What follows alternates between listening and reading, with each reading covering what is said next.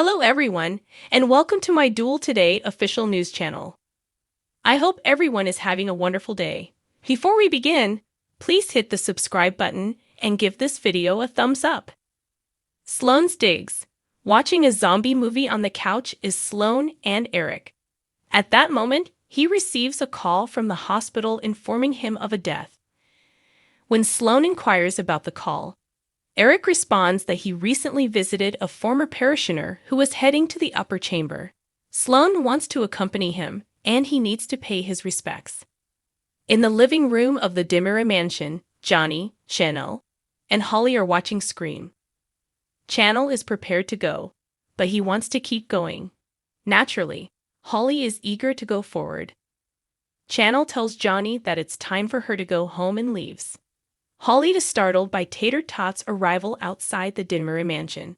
She gives him a mask and asks him to put it on, stalk her so Johnny can see her, and stand outside the living room window. Dimera mansion, living room. Holly acts terrified, claiming that she is being followed by someone outside, as Johnny comes back. Johnny patrols the perimeter while acting as the rescuer. He comes back, thinking she was being tricked by the wind. She proceeds to lock the front door, insistent that someone is after her. When she opens it, someone wielding a knife slices Tate's arm while wearing the mask she gave him. Before Johnny can dial 911, he notices a noise upstairs and decides to wrap her arm. He heads off to investigate, but Tate shows up and removes his mask. She believes he cut her when he inquires about what happened to her arm. Tate is stabbed just then by someone wearing the same outfit who enters through the door. When Johnny comes back, he too gets fatally stabbed. When the mask is taken off, Chanel appears. She tells the story of how she pushed his wife from a roof because she loved an older man. She refused to stand by and let her man be taken by a younger woman or girl. Paulina's place. As a storm builds, Abe and Paulina are having a conversation. Rafe calls Paulina at that moment to inform her that a homicidal maniac has escaped from Bayview. The call ends and the power goes off. When it reappears, Whitley is waiting behind with a rolling pin, knocking Abe unconscious. Abe claims he recalls everything when he wakes up. He continues, "I know she's Whitley," and made him believe they were married, glancing at Paulina. Abe approaches Whitley and introduces herself as Paulina Price. The genuine Paulina maintains that the reason Abe is confused is because he was struck on the head. Whitley introduces herself as Paulina right away, promising to protect him from this crazy woman. After the cats go back, Abe believes they are married once more after seeing pictures of him and Whitley. Just as Paulina announces herself to be Abe's wife, she realizes that Whitley is wearing her robe, and she is wearing clothes from Bayview. Telling Rafe that the madman from Bayview is in the apartment, Abe contacts him. Chad and Stephanie's digs. They talk about their altercation. According to Stephanie, she doesn't believe they were meant to be together. She wishes to revive Abigail as a farewell present for him. He doesn't get it, but she explains that Steve and Kayla once discovered a journal detailing their travels from a man called Gideon, who, as one does, used magic to bring back the love of their lives. Kayla shows up with the diary right then. Although Kayla claims she has recently returned from the dead and naturally believes in the power of love, Chad finds it hard to believe she is involved in such folly. When she asks for something from Abigail, Stephanie readily produces her wedding ring. After setting the wedding ring in a vase, they cover it with a smoky substance. Then, while Chad looks on skeptically, Stephanie starts reading from the diary to call forth Abigail's spirit. A knock on the door occurs at that very moment. When Chad gets up to respond, he sees Steve standing there. He's arrived carrying missing journal pages. They disclose that Gideon called his wife a murderous, rotting corpse. Stephanie hears what seems like moist footprints right as a thunderclap. Steve cocks his rifle, believing they had called forth an abomination. Taking the ring out of the vase, Chad pockets it before grabbing Steve's revolver. When they come back, Chad is holding the gun and Steve is unconscious on the ground. The lights go out. According to Stephanie, Abigail attacked Steve after she noticed her in the dark. After saving Steve, Chad departs from Kayla to locate his zombie spouse. Stephanie is kneeling over her parents' lifeless bodies when he swiftly returns. She informs him that after Abigail killed her mother again, she shot the woman several times. She then takes the gun and aims it at Chad. After securing Nickel, Sloan, and himself in an examining room, Eric tells how a parishioner attempted to bite him like a zombie as he was praying for his soul. It's a valid suspicion that a zombie is on the loose in the hospital, as Sloan notes. Eric explains that University Hospital is home to a number of zombie people. After Eric explains everything, Sloan giggles and walks out the door. They all hear groans at that moment, and they see a shadowy figure, a dark figure, leaping for the entrance. Nicole believes that the state of affairs is her fault.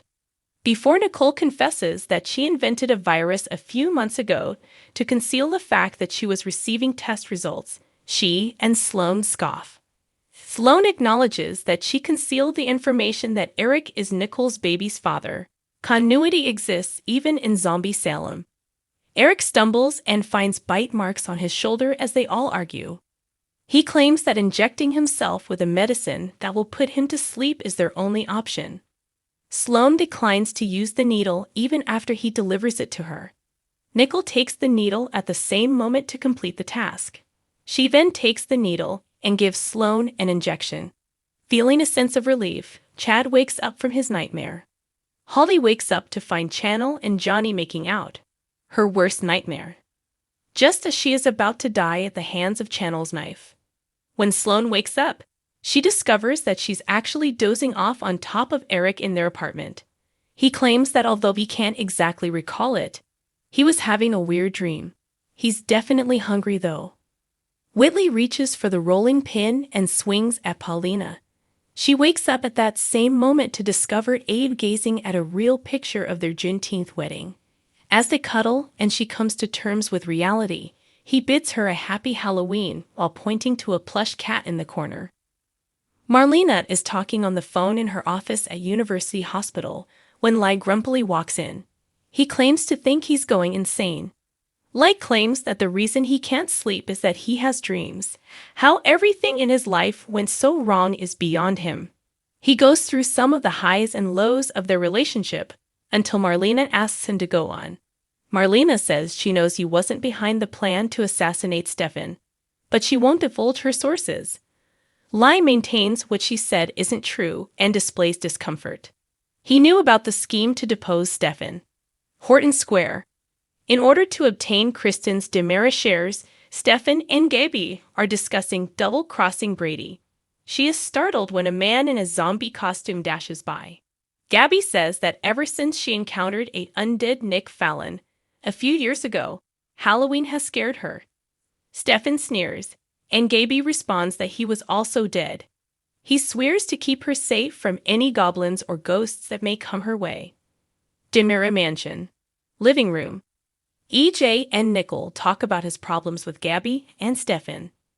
To take the top spot at Demera, they only need to win one further share. He then flings barware. Saying they're not doing anything he wouldn't be willing to do to them, Nicole tries to reassure him. Nicole wants more of his attention to be focused on her and the baby because she is becoming frustrated with the Demera way of being. When EJ feels it's appropriate to discuss their wedding, she reminds him of their original plan to elope. She claims she isn't getting married on Halloween, but he says he wants to travel to Italy and tie the knot. Nevertheless, Nicole is committed to marrying despite the Demera controversies. Brady Pub. Chad shares with Kate the details of his unpleasant meeting with Stephanie. He clarifies that the argument was about marriage and Abigail's memory. She seemed to understand, according to Chad, but she still feels cut off from the family. He says he wonders if he moved on too soon. All he knows is that he cannot go back and has no idea how to proceed. Everett, Stephanie's ex-boyfriend, is revealed through a knock on the door in Chad and Stephanie's digs. She doesn't know why he's there. Stephanie is where Everett claims to be. She attacks him mercilessly for going missing for 2 years. Dee replies that he was in a coma when she asks him in jest. She claims he vanished one night after leaving to mail a letter for her since she doesn't believe him. After mailing the letter, Everett claims he was struck by an automobile.